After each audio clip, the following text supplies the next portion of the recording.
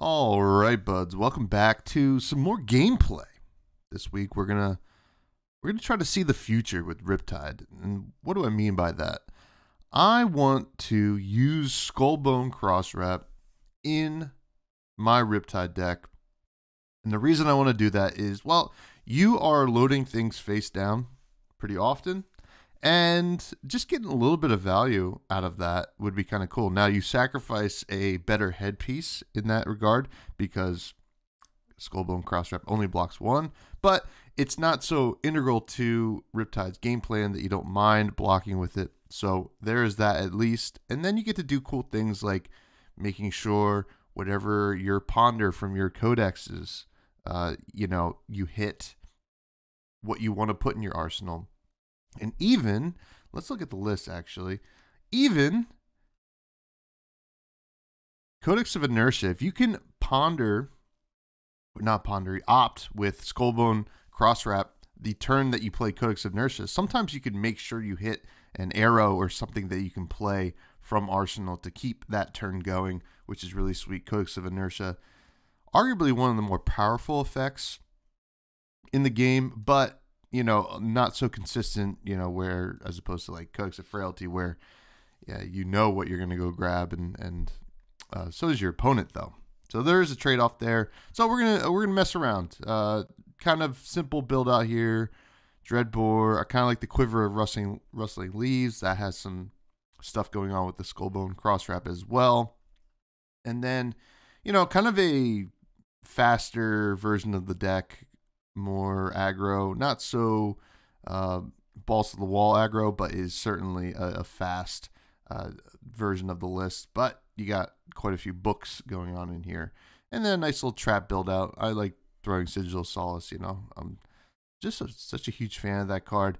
And then a sideboard of the relevant traps: a Remembrance, Balance of Justice, Long Draw, Half Glove, and Quiver of Abyssal Depths. Just because you have to have some sideboard options here, going into some things where maybe the Skullbone Crosswrap build out is not going to be so great. So we'll see what we run into. We'll play a game or two today, depending on how they go, and I'll put the list in the show notes, and feel free to comment if you have any additional suggestions for something like this. We're just trying to see the future, folks. So let's hop in here. Let's create a game. We'll see what happens. Now, some other cards I've considered in this list are Ravenous Rabble for sure. Ooh, Vincent.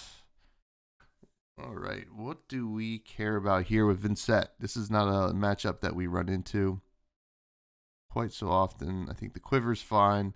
Skullbone Crosswrap is fine. Long Draw, Half Glove. You know what? We're just going to stick with that build out for here. They're going to try to go again, I think. And they oftentimes do try to buff. So we'll see. Sometimes these just block in those situations. So we'll see what happens. Let's get it going here. Wonky first hand. Right here, they're going to create some rune chants. Okay, so here, I'm going to actually activate the Quiver of Abyssal Depths, which is totally fine. Sometimes you just gotta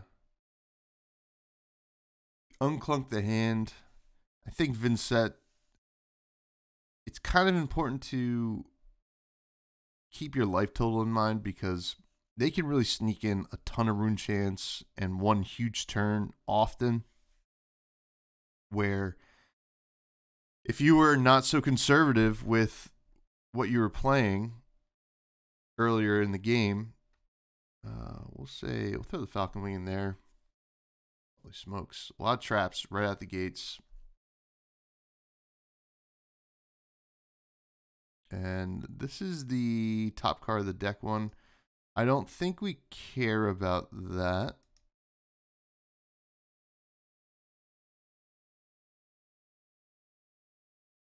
We'll take those rune chants. And then, no, we don't want it to hit because of the mauve skies. So we'll go Boulder Trap and Inertia Trap. I'd rather keep the Inertia Trap, especially if we don't end up using it and pitching it. And for later game, the Inertia is more important than Boulder Trap because oftentimes they may have used all of their stuff. Armor is what this is called. Here's the Flail. Sure. That's totally fine.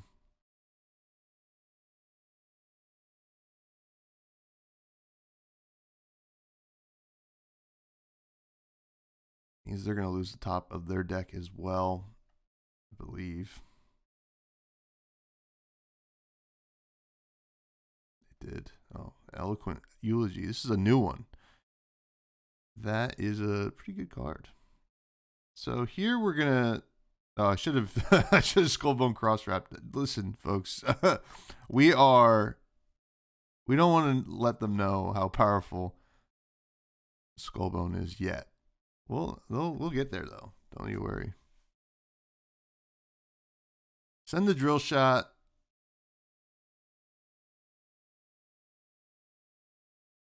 When comment change close if... Oh, Eloquent token. Nice. Seeing some more Eloquence token action these days. Oh, so here... I think we could just block Frailty Codex.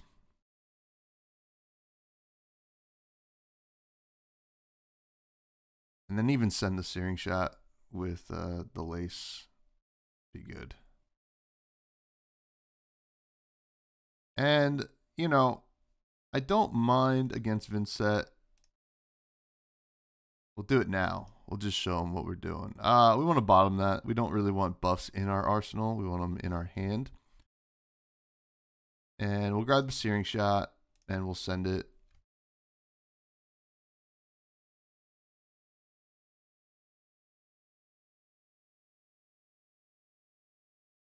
This is a card that is very scary. Although it's nice that you get to choose what you want, what you are going to banish. Oh, we lost the Codex. Oh yeah, off of the... What the heck is it called? Widespread Ruin. We lost a Codex of Inertia. My favorite card ever. All right. Opponent says, we do not want to take damage at all. Well, you do have Blood Debt, so you're going to be dealing with that. Another Codex. This is interesting. Depending on what they do, we can... So what is this? If a hero has lost life this turn, create an Eloquence token. This will be coming in for 4. So, do we care about the Eloquence token? I think we might.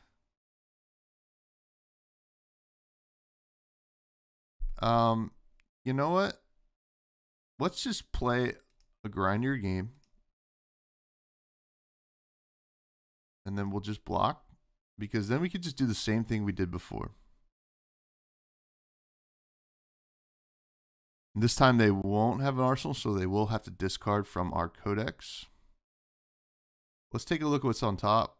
Bottom that. We don't want that in arsenal. Get a Searing Shot again.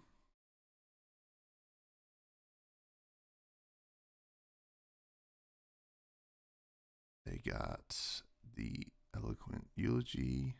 We go Searing Shot.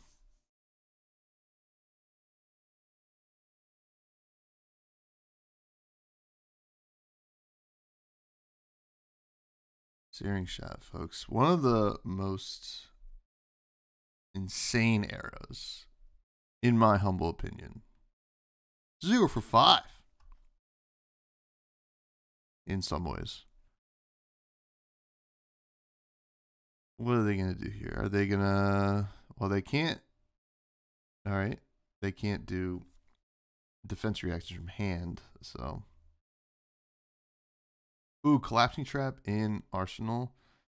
is not that bad. Oh, banish that. Oh, God. That's very funny because I think this is fine. Because we're going to... So they're coming in with the Eloquent Eulogy from Arsenal. So it's going to be one less. So it's coming in for 3. And then that allows us to Tar Pit Trap to pitch to the... what do you call them? Rune Chants. And then we can even... Oh, interesting. I thought they played the Marbrian Skies. No, they just pitched it. Interesting. So we could just block.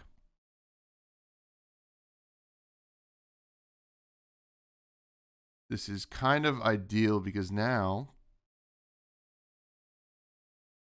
we could just send 7 and keep our Collapsing Trap. And they'll be none the wiser.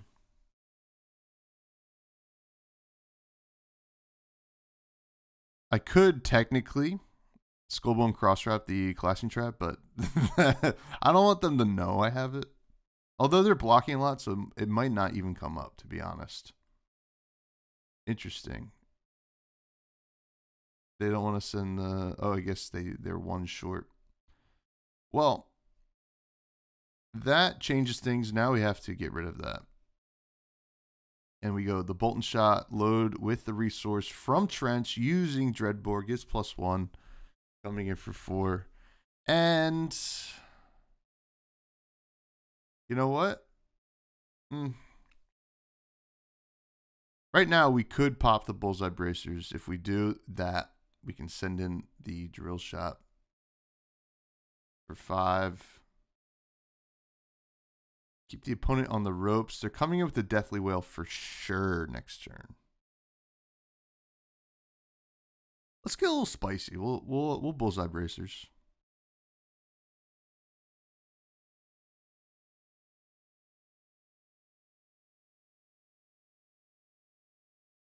Sometimes I feel like it's so imperative to send these Drill Shots because, first of all, they don't want to block them.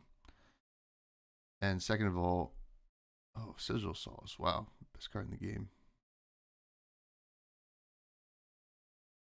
So, oh boy. Is it going to have a buff? This is the best thing that ever happened. So what is this one?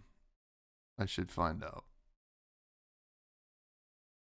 Combat chain equal to the number of heroes who have lost life this turn. So it's definitely going to be me.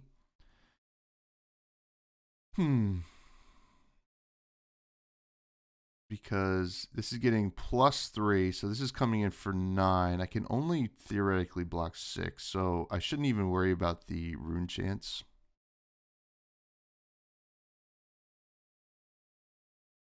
I could pitch with the Codex of Inertia, just so I have a more clean Codex of Frailty turn.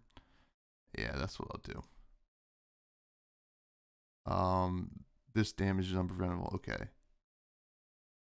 And then this one is preventable. We'll pitch the Codex of Inertia. And then we'll let this one hit. And then it's coming in for... Oh. Sorry. That's my bad. I clicked too fast. Oh. 0. Sorry. Let me apologize to my opponent real quick. It got a little confusing. All right. There's the Intoxicating Shot. And here's an Inertia Trap. The Inertia does not do anything here, but we do get the ping damage, which is nice.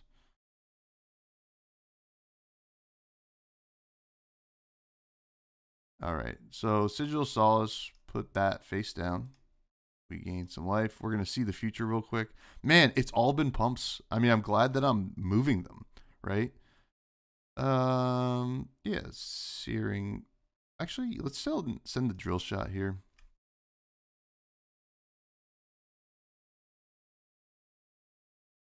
I'm not really liking how much armor they have. feels like. You need to get rid of some armor early, so that when you send like some good attacks at the end, they have to use their hand. Especially Vincent doesn't want to use their hand because they lose. They're playing with 3 cards a hand.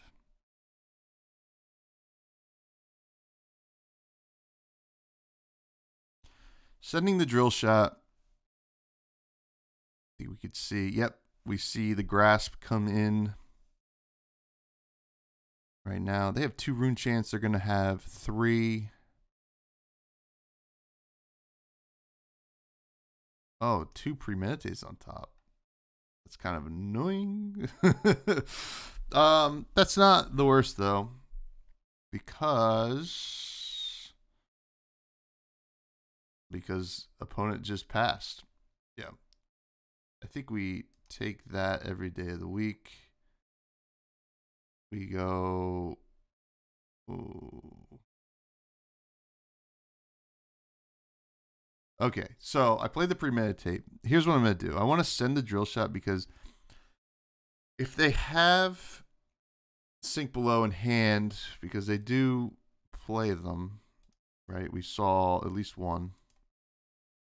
I want the drill shot to I want to send the drill shot, but I also want to get a Skullbone Crosswrap activation, and I want to use all my cards because I could get a Ponder. So what I'm going to do is I'm going to play Seek and Destroy,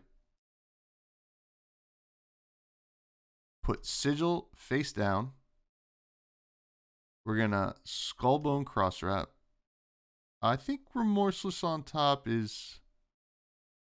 No, I want to bottom that because I'd rather block with that or get some sweet value. I want a trap in my arsenal. We're going to play the Sigil of Solace. Then we're going to activate Death Touch, Drill Shot, and send 11.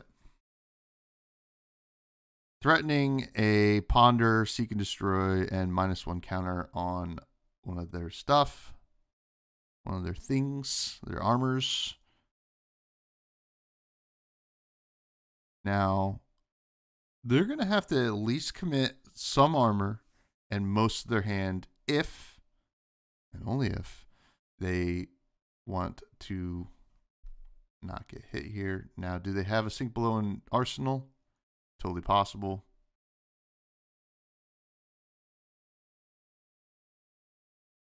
They did not.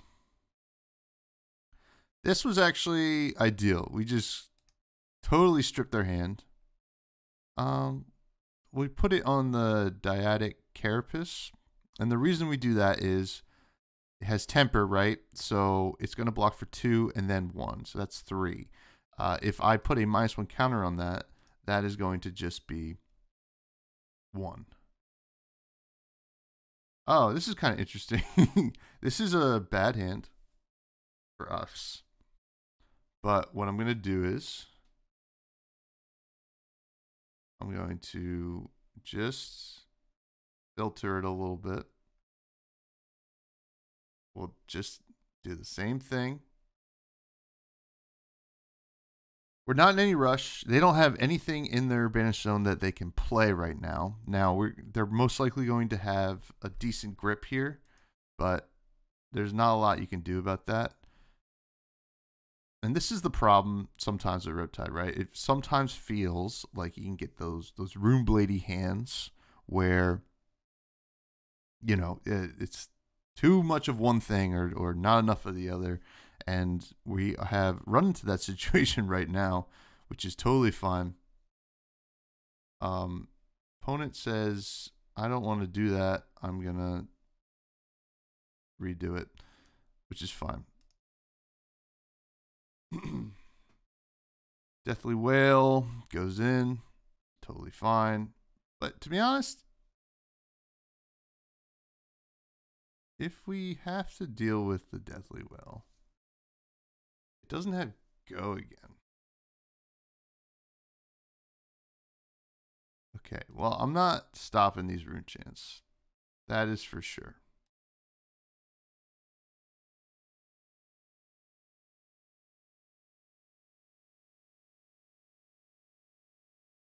Okay. I creating one mid.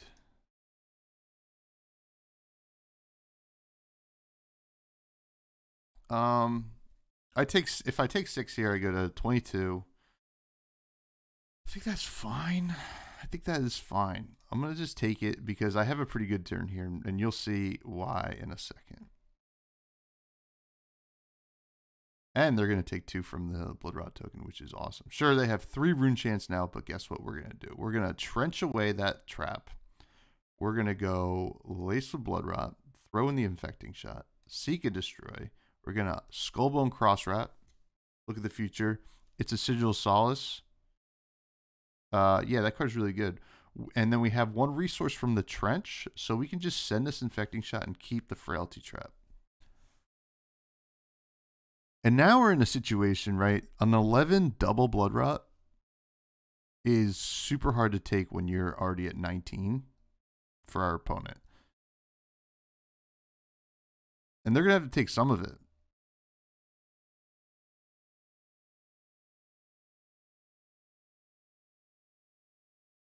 And they did. Let me throw this in there. So this one is interesting. This one strips from our hand.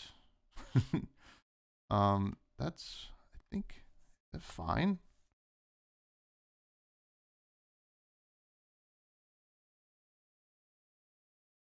I think that's fine. All right. We're going to take it. And we're going to see what happens. Because we have something cool we can do next turn. And that doesn't really concern me. They don't have extra resources, so they can't pummel me. We will give them the Frailty Trap just to mitigate some damage. But we're probably going to banish the Intoxicating Shot. And then we're going to...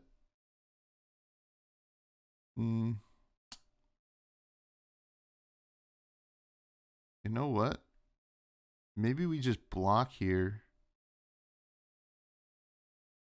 Save some damage. Yeah. What we're going to do is we're going to block. Send the trap as well. I guess I don't even need to do the trap because... What if there's a 1 cost? All right. So, yeah, sorry. Let me explain my thoughts here. So, my thoughts are, if I leave the Frailty Trap next turn, I can trench it away. I can Sigil, put the Codex in, Skullbone Crosswrap, and then I at least have a resource just in case there's a 1-cost arrow on top. And I think that's fine. So that's what I'm going to do. And then we're going to banish the Intoxicating Shot. It is a blue, but they are not new, so we don't have to really worry about that. Let's see if they can pay for the Blood Rot. They can't. They had to reduce the Rune Chant. That feels pretty good. So we're going to trench. We're going to Sigil. We'll load that. We'll take a look. It's an arrow. That feels good. Let's play. Opponent has to discard. They have something random in their arsenal now. And we send a Searing Shot. A 0 for 5, folks. Whew.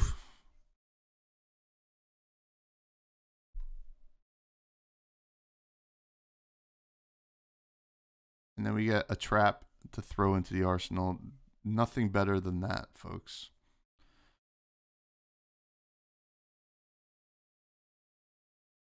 They're going to besiege some Demogons, which is totally fine. Deathly. And they can't attack. They took some blood debt. Which is fine.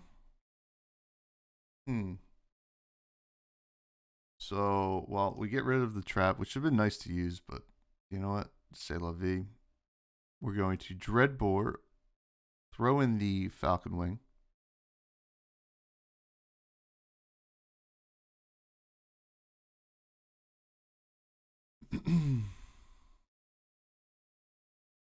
Opponents in a mode in which they are in panic mode, right? Because everything looks like it's going to deal some serious damage, including what we're about to do. I think we have to do this.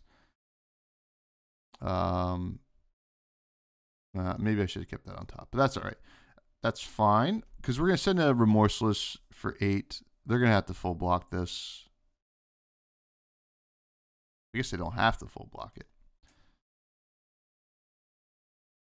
But they do have a...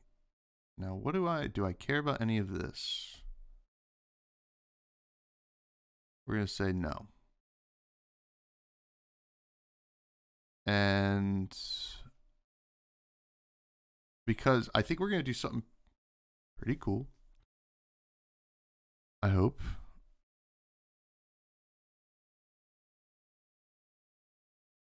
This could be too risky, but they're going to 4. And so there's a couple things I could do here, right? I think E-Strike Go Again, put the Endless Arrow in. And then that threatens. We're going to have to threaten taking away their whole hand. Or I can go E-Strike, Go Again, and then just load Infecting Shot. Either way, it does it. Threatens their whole hands, which I think is...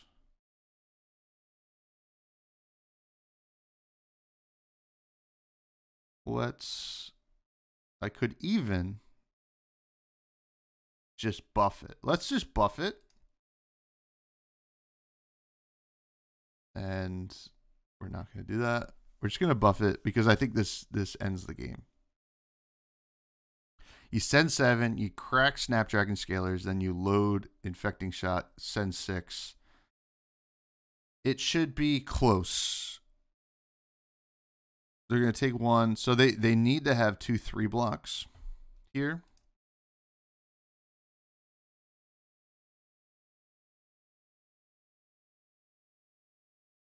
And if they do, that's totally fine because they still don't have a hand and they didn't have them.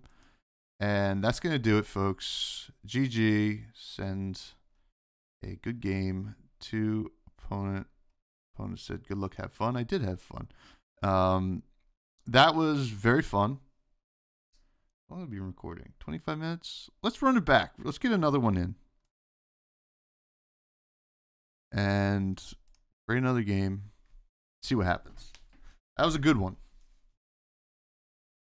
Some interesting decisions against the Vincent matchup. But yeah, as I was saying actually before, Ravenous Rabble would be kind of neat in this deck. There's a little bit too many yellows and, you know, a certain amount of blues that make me a little wary of that. But there's also some other cool stuff, like some of the 0 for 3 generics that get Go Again from Arsenal. I'm forgetting which one grabs. It's Zen. So funny enough, we're not going to do Skullbone Cross Wrap here. And we are probably going to do the Long Draw Half Glove just because. Just some extra block, but all the traps are pretty relevant here. And we're going to see. This is post-ban Zen, which is going to be interesting, of course.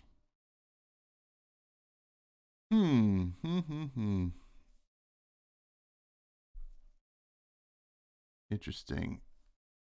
So we're on the play.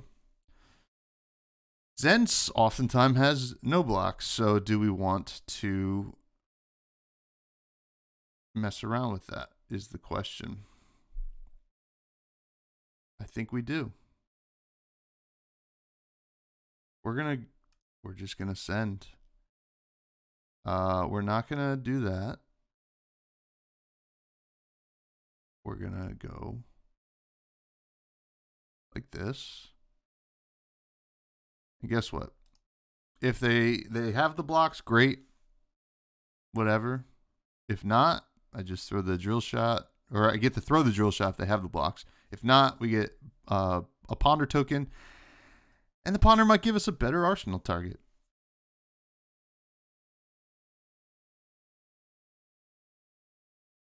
And we hit. That is so class. Oh my Lanta. Let's see what we get off of that ponder. Endless arrow.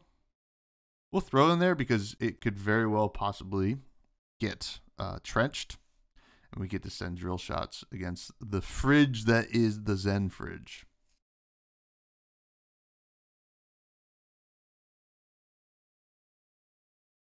I haven't played against a ton of post-ban Zen yet, so it's kind of fun. 100 wins, clean block on our tar pit trap feels pretty good.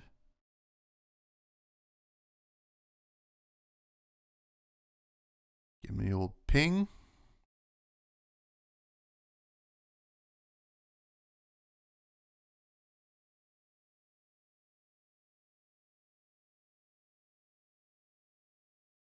Block that out. Spinning wheel kick. As go again.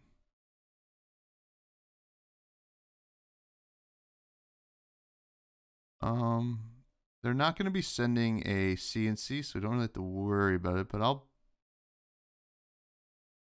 you know what? If we take it, we go to 34, and then we can trench Remorseless, like fire a Remorseless for 6, which I think Remorseless is probably one of the better cards in this matchup. I'm going to bet that they're not coming in with something and they want to Arsenal or pay for the Blood Rot. Twin Sisters or Spinning Wheel Kick was not the last card.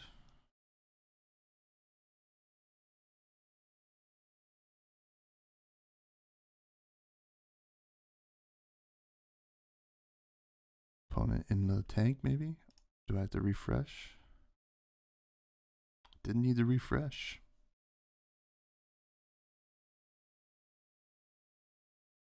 So it definitely looks like more Tiger Swipe stuff going on in the new builds from what I've seen. The deck's still good, right?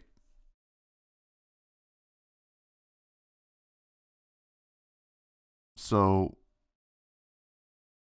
I'm not too worried about the Zen players out there feeling like their deck totally got destroyed because it was a bit too powerful, in my humble opinion, but I still think it's a great deck. And our bet paid off. They took the 2, which is a beautiful thing. So now we trench and we load in the Remorseless. And I like this play, well, because they have a 5-card hand essentially, right? And they can play a lot of actions. And Remorseless will punish those actions. Now, them grabbing the Crouching Tiger is a little scary. And that's it. But you know what? We'll see what happens. We still have armor.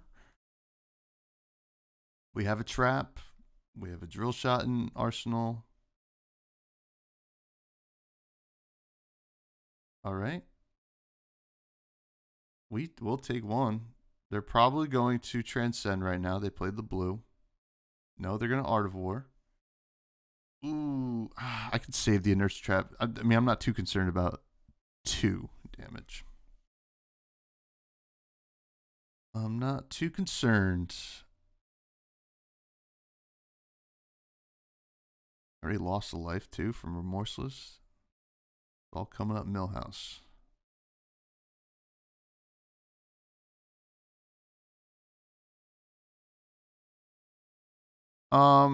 Funny enough, now I'm actually kind of interested in inertia trapping because it's a clean block. So let's just do it.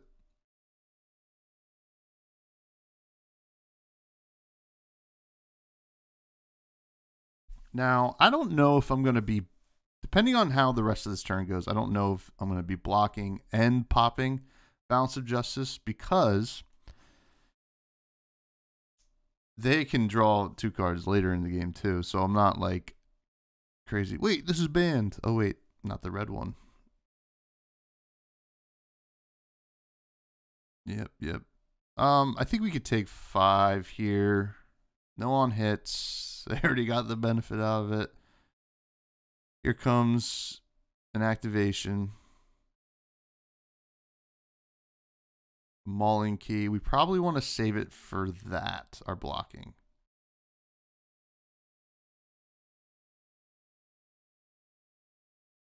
Right. This needs a red attack.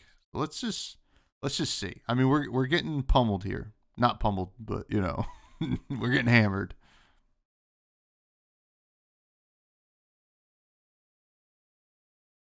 Any of these can block.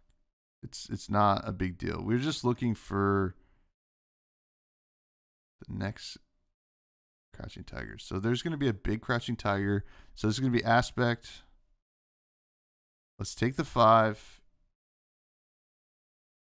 We might as well just block the Mauling Key because that is going to be the one with the on hit.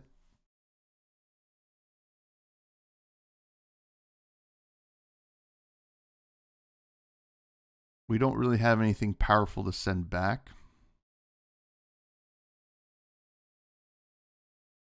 Take the 4.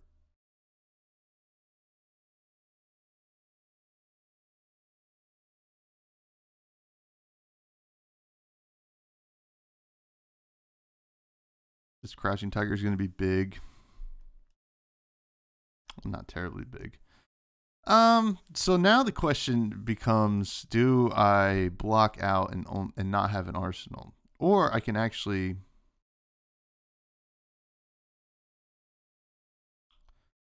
give the balance justice now. I got a 14. That's not great. The Mauling Key is definitely coming. Do I want an arsenal? I think I do.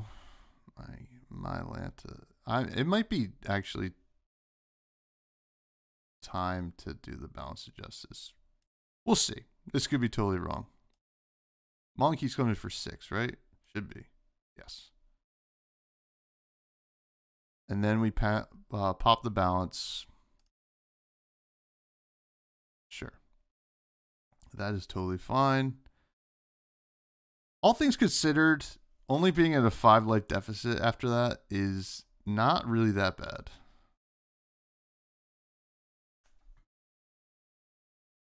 Now there's more pop-off turns to come. They still have Traverse, right?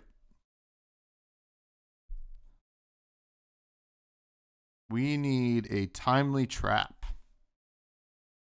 We've only seen 1, 2.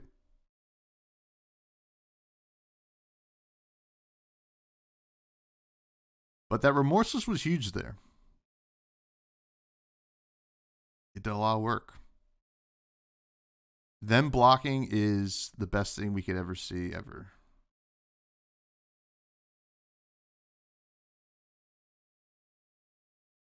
And them coming in with a Tiger Taming Kakara. Oh boy. So, what can we do next turn? We could do a lot.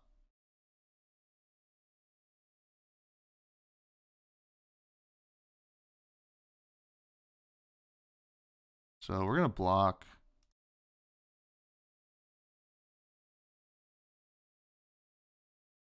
And I think we can trench here.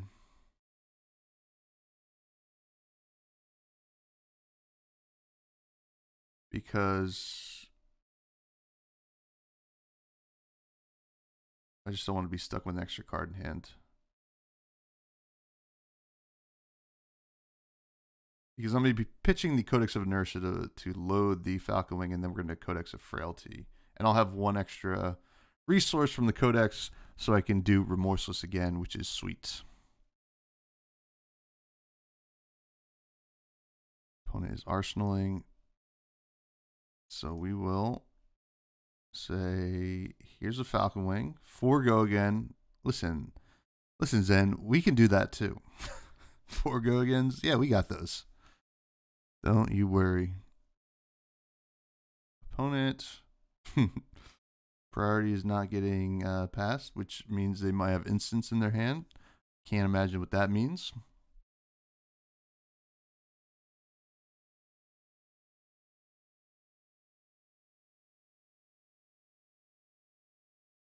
It probably means there's not going to be a lot of blocking going on here, which is fine.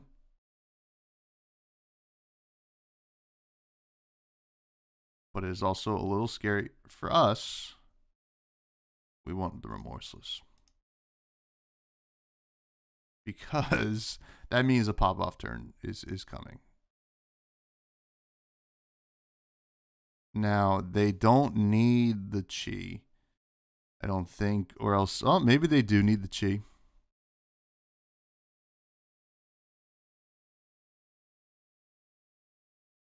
Will they commit another card to cover this up, though, is the question.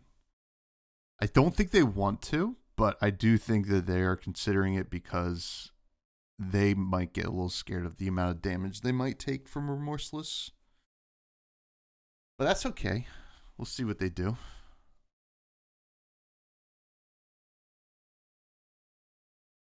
All right. They block it all out. That's totally fine. Blade break, blade break. All right. So no more fridge. And probably death. We will see. Don't want to see that there. Oh, this is... Okay, they hit the... Oh my god.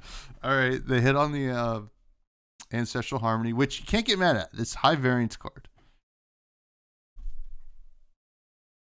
This is going to be a, hopefully, just a block a lot turn. This is a little scary. Descending Gust Wave. We cannot care about that right now. We need to care about things like Tiger Swipe, which are going to ruin our day. So they pitch a second Chi here. Bonds of Ancestry. I don't think we care about that either. Chase the Tail is very scary as well. This deck's still very good, folks. Don't know if you've noticed. Beautiful. Crashing Tiger, who cares?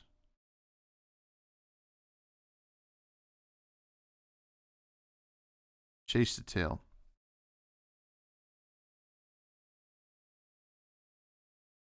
We can't block it. We just can't. This is because... Oh, this came from Arsenal. Oh my god. I think we just sigil. I mean, I guess it doesn't matter, right? We'll go to 1. And then this is big. All right. We just gotta hope.